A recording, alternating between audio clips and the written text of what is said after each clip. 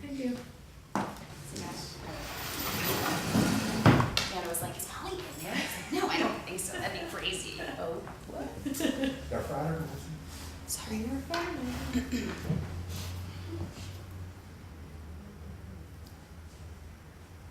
Hi, my name is Di Johnston, and my telephone number is 917-209-2603.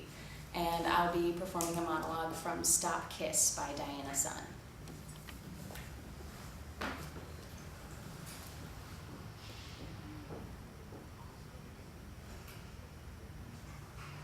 They finished building that building across from your apartment. Wake up now. Sarah, can you hear me? Open your eyes. Open your eyes.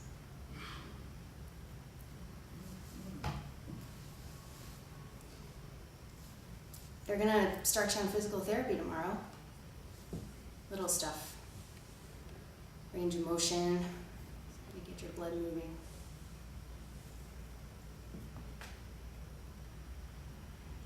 You've gotten all these cards and letters. I'll read some to you later.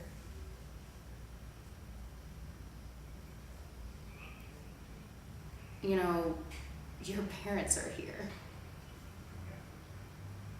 They're doing their best. I think they're actually doing pretty well, considering. You getting better makes them feel better.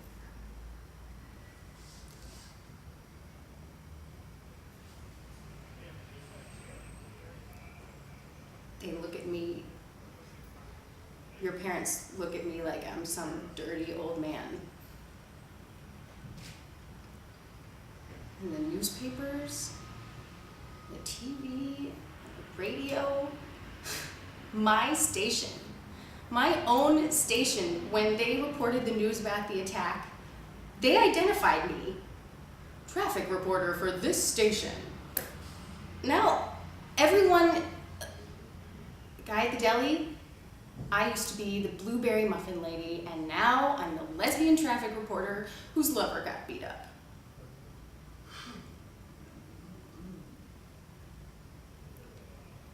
I've gotten some letters from 2 women. Their girlfriends died during attacks. And they're writing me these heartbreaking letters about what they went through. And they're telling me to speak truth to power, and I don't know what that means, Sarah. Do you? Do you know me? Do you know who I am? Oh my God. Hi. Thanks. Thanks. Thank you, Dad. Thanks, Molly. So Just do what you will. yeah, Yeah, don't worry about the camera too much. I'll worry about that.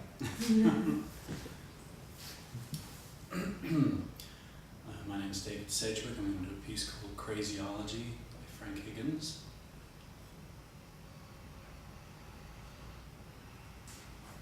I've got a lot of married women friends, and they all think I'm real insightful. Now, no relationship I've ever been in has ever worked out, and I can never figure out why it goes bad. So, why do my female friends think I'm insightful? Because a lot of times I call them up, I say, hi, how you doing? And they say, fine. And then I pause and say, you okay? What do you mean? You sound different somehow. Are you all right? And almost always, they're not all right. They're unhappy about something with their husbands or their boyfriends. And within just a few seconds of telling me they're all right, they're telling me how miserable they are. And you could see all that. You could tell that in just a few seconds. And I say, well, I'm just looking out for you. And they say, you know me. You can see right inside me. And I say, but this is a moment of truth. You got to cover yourself, give yourself room to maneuver. Well, I'm sure it's very nice inside you. she say next? If she gets all cold and says, "What do you mean?" Well, you can just say, "There's a great person inside you and you're safe." But keep in mind, most married women don't get flattered or flirted with by their husbands anymore, so she'll probably take a moment to think about it and then say, "Would you like to have lunch tomorrow?" And you're in. Don't believe me? Try it. Call up some married woman you know, start to talk about one thing, and then stop and ask, "Are you okay?" And don't take yes for an answer.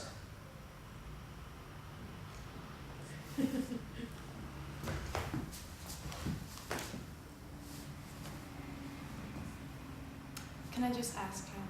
I'm starting, and then Okay. Okay. Just go ahead. if you could slate first. Sure. Yeah. Hi, I'm Jenna Emig. My number is 215-284-2240, and this is from U.S. Drag by Gina Gianfrido. I was reading a book the other day about John Benet Ramsey, and the girl who babysat a couple times got like $5,000 from this magazine, and the woman who cleaned their house got $20,000. Like, these magazines just wrote like enormous checks for anybody who ever knew her. It just seems like you can make a lot of money for being in the right place when something bad happens. Like the woman who got that, she went to the hospital for the cesarean section and she got that crazy doctor who carved his initials into her stomach. Like, she got millions of dollars just for a scar. Like, I'd have a scar. It just doesn't seem fair. Like Monica Lewinsky got to go to the Oscars and she's not in any movies. Like, I want to go to the Oscars. It's not fair. Like, these people who are just not as good looking as I am and not as smart as I am are getting money and getting on TV, and all they do is be nearby when something bad happens. Like, I don't have any money and no one knows who I am. I want to do nothing and get money and have people know who I am. I'm sorry. Well, that just came out of me. I'm sorry. Thank you. What the story is. Okay. Susan Dahl, 917-376-6870. I'm doing a piece from Where's My Money by John Patrick Shanley.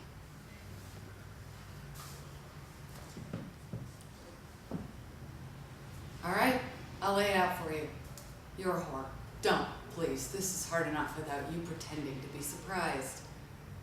Don't tell me you haven't thought about the fact that you're a whore. A stupid whore. I'll break it down for you. First thing, the count. Let's do the count. You're 31. Next year you'll be, guess what, 23? No, 32. And it goes on from there, older, older, older, like a flight of stairs going down, down, down. You're like a quart of milk reaching its expiration date. Have you ever tried to sell a pumpkin on the day after Halloween? That's what you're facing. Are you ready? I don't think so. Is it just? Who cares? Pick a fight with God. See where you get. It's the truth of what it is to be a woman. Next, you've got to face facts. You have a birth defect. You have a limp. How many parts are there for limping girls? Laura and the Glass Menagerie. And that's it. And have there been any productions of that play? And did you get the part? Then it's time to stop office temping and playing Romeo's girlfriend in acting class and get a bona fide fucking job. It's 2 + 2. You gotta drop the lollipop, pick up the car keys. Next issue, Kenny. This is gonna sound harsh, but I'm gonna say it anyway. Kenny is your best bet. Yeah, he's a loser, but what are you at this point? I mean, maybe together the two of you can pull your car out of a ditch and make smiles down the road. I know where you're at, Celeste. There's a million women like you. You don't want to look at your story because you don't like your story. So you close your eyes and you tell yourself a fucking fairy tale. And you know what that makes you in a world of men? Totally exploitable. Because you want the lie. You got no interest in the truth. What's the truth ever done for you? Truth of your life is like a bad magazine. Boring story. Lousy pictures.